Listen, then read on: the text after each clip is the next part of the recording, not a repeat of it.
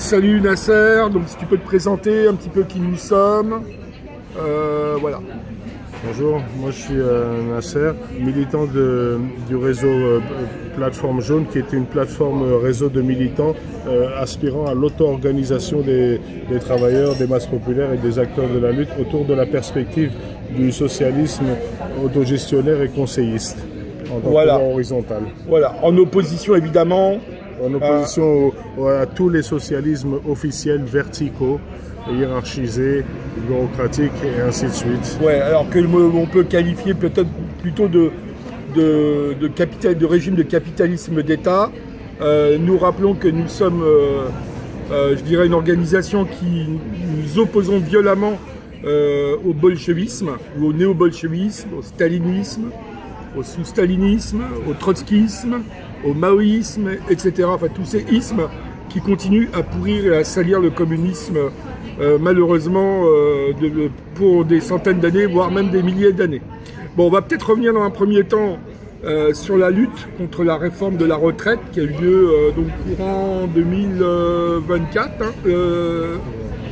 Ouais, c'est ça, hein, 2023-2024. Oui. Est-ce que tu peux rappeler un petit peu ce que nous on a fait? Donc là, vous avez le tract sous les yeux qu'on a distribué en masse dans les manifestations. Voilà, si tu peux... Tract que nous avons largement diffusé, que voici.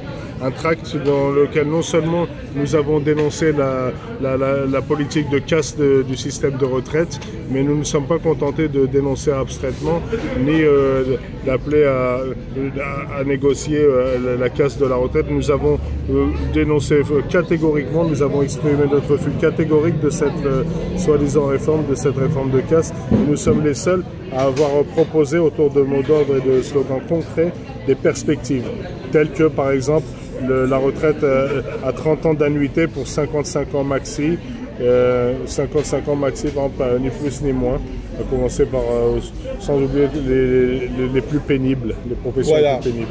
Alors, on a mis en avant la thèse que nous défendons historiquement, mais que nous, vraiment de façon très récurrente, c'est que nous considérons que là on vient de vivre une période électorale, hein, voilà, que les millions d'électeurs, les dizaines de millions d'électeurs qui se rendent dans les urnes n'ont strictement aucune légitimité et de compétences pour justifier un rapport social d'exploitation. Donc on l'avait déjà dit il y a longtemps, donc dans le cadre de cette lutte, vous voyez, aucune majorité électorale n'est légitime. Il faut abattre la démocratie totalitaire du capital.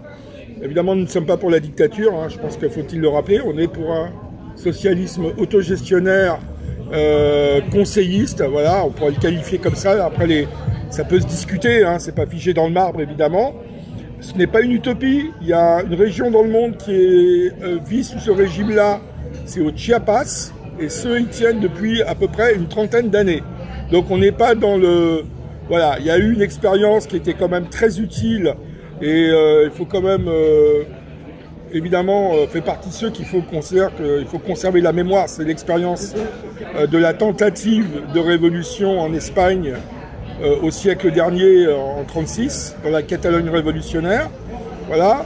Mais ils ont démontré que l'on peut vivre dans un autre type de société que dans un régime d'exploitation sans toute cette bureaucratie politique, sans président, sans assemblée nationale, sans sénateur, sans ces politiciens de gauche, de droite, d'extrême droite qui développent de la démagogie, ils y croient même pas eux-mêmes d'ailleurs à leur salade, et qui bernent les électeurs quels qu'ils soient. Donc voilà, nous on dit que ces électeurs-là, cette démocratie du capital n'est pas légitime. Évidemment, si elle n'est pas légitime, bah, on ne peut pas dire des choses sur TikTok ou sur TacTac de façon très ouverte, mais on vous laisse deviner pourquoi nous militons et nous espérons encourager voilà, une colère ouvrière massive qui clairement posera la question du pouvoir, car évidemment, comme chacun sait, l'appui au socialisme par les urnes, c'est une grosse blague, et que toute l'histoire a démontré que, évidemment, la bourgeoisie, elle s'en fout complètement, sans utiliser des termes beaucoup plus crus, de la démocratie bourgeoise, de sa mystification démocratique.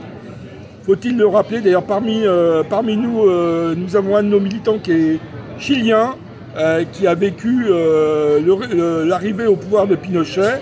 Et la bourgeoisie, elle est capable de prendre les armes et de tirer. Et elle ne fait d'ailleurs pas le tri d'ailleurs entre les réformistes et les militants révolutionnaires. Bref, bon, alors le Chili c'est un peu loin, c'est pas le sujet du moment. Mais voilà, donc à un moment donné, il faudra se poser la question. Il faut enlever la merde des yeux, abat toutes les élections, abat le vote. Hein, voilà, on a repris une affiche de mai 68 qui est un peu connue. Voilà votre bulletin de vote, il est là le bulletin de vote. C'est quand même pas compliqué. Une révolution sociale, faut-il le rappeler, peut-être c'est pas uniquement la grève dans les entreprises.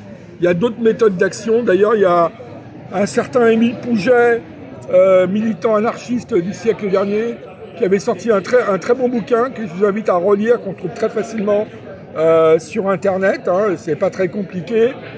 Voilà, le titre de livre veut tout dire. C'est le programme de Plateforme Jaune. Voilà.